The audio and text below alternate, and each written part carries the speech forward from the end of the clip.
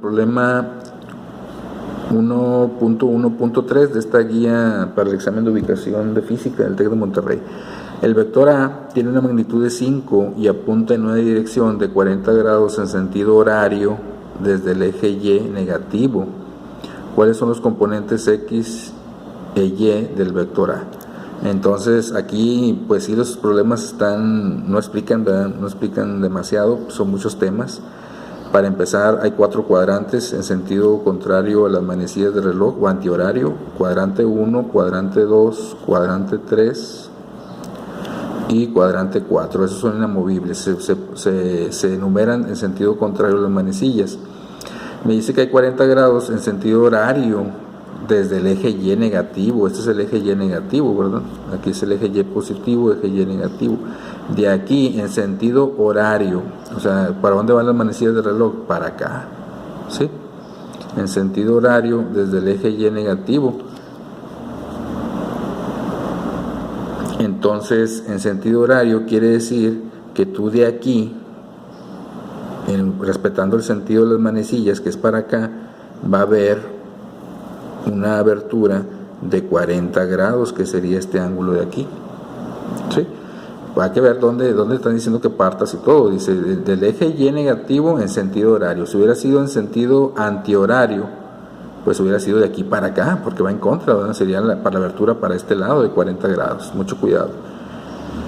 ¿Cuáles son los componentes X y Y del vector A? Entonces este es un vector A que tiene una magnitud de 5, ahí está. Entonces yo lo que siempre les sugiero es que si ustedes quieren sacar la componente X del vector A, que es AX, ¿verdad? Si es F, pues FX. Siempre para X saquen o utilicen coseno del ángulo, ¿sí? Coseno del ángulo, que en este caso sería 40 grados, por el valor de la A, o del vector, lo que valga el vector, que en este caso vale 5, ¿verdad? Entonces la componente AX sería coseno de 40 grados por el valor del vector, que vale 5, así la sacarían. Y la componente Y del vector A sería siempre, para sacar la componente Y, seno del ángulo por el vector A, que es 5. Acuérdate que al final de cuentas el vector lo vas a cerrar como un triángulo. Sería para acá en el eje X cerrar el triángulo y sería para abajo cerrar el triángulo.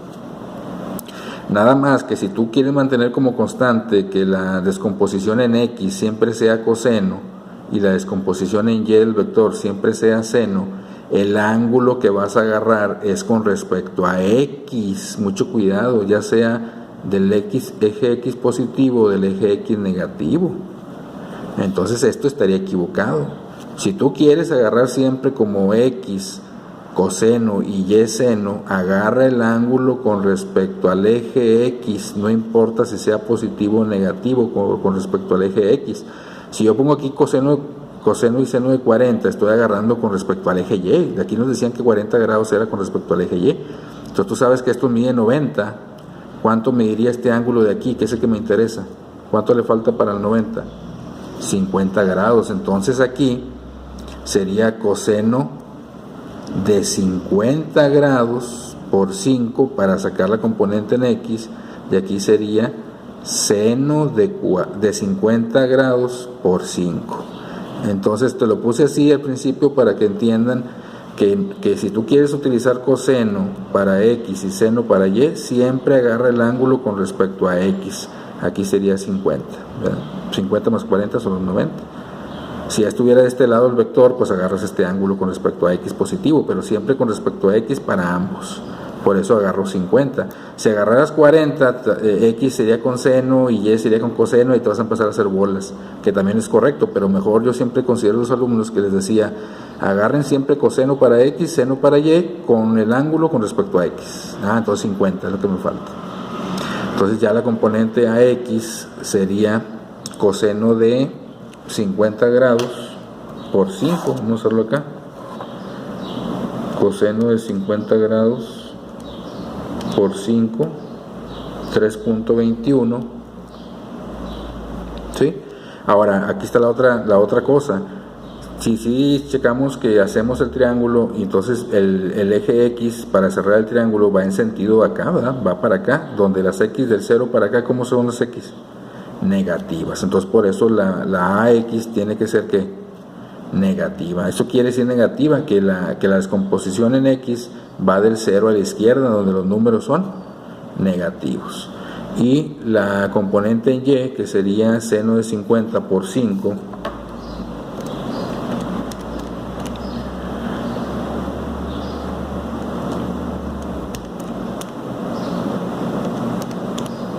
.83 me da.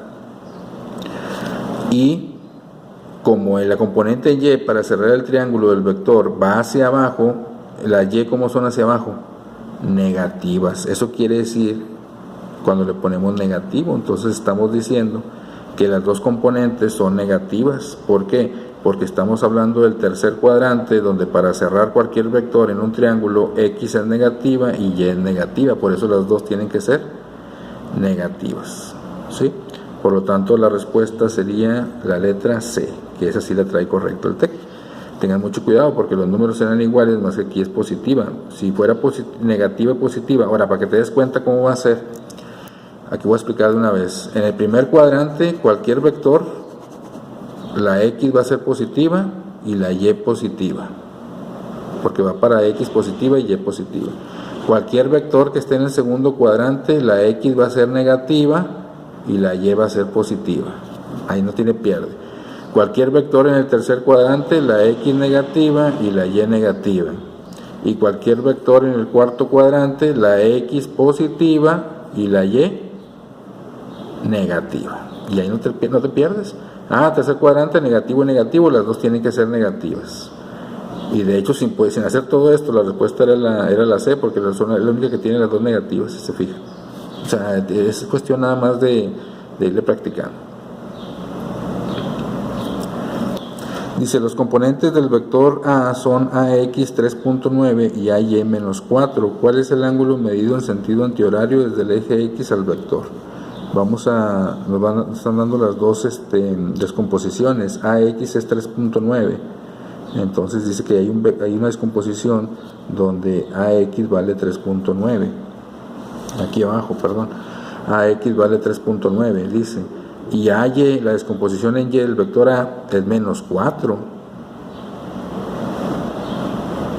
¿Sí? Entonces, ¿dónde se considera el eje Y negativo? Para abajo. Entonces el vector está así, muchachos. Este es el vector. Su descomposición a X es 3.9 positivo y su descomposición a Y es menos 4. Ahí está lo que había que hacer.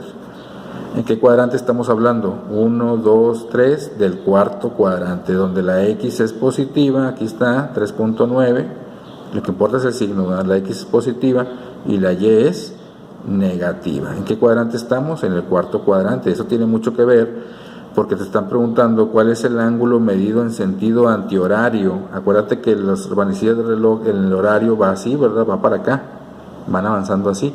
Entonces, ¿cuál sería el sentido antihorario? Para el otro lado. Y te están diciendo cuál es el ángulo medido desde el eje X antihorario. Te están preguntando cuál es el ángulo desde aquí hasta donde está el vector. Todo esto. Si te fijas, ya nada más entendiendo todo esto, tiene que ser más de 180, más de 270, son 90, 180, más de 270. Entonces aquí la respuesta sin hacer ninguna descomposición sería 314. Fíjate que sin hacer nada más que tener toda la base de matemática, puedes sacar la respuesta. Otra vez, ¿en qué cuadrante mi X es positiva y mi Y es negativa? Bueno, nada más en el cuarto.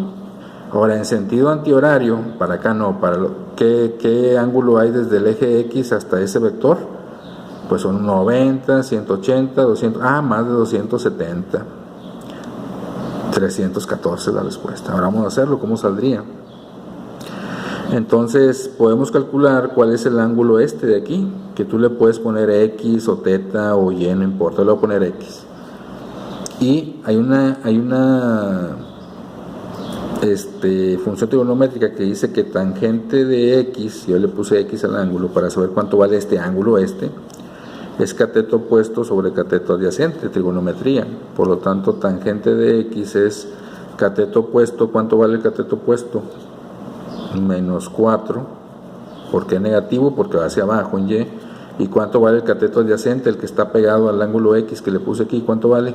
La componente en x, perdón, 3.9 positivo, porque va en el eje de las x positivo.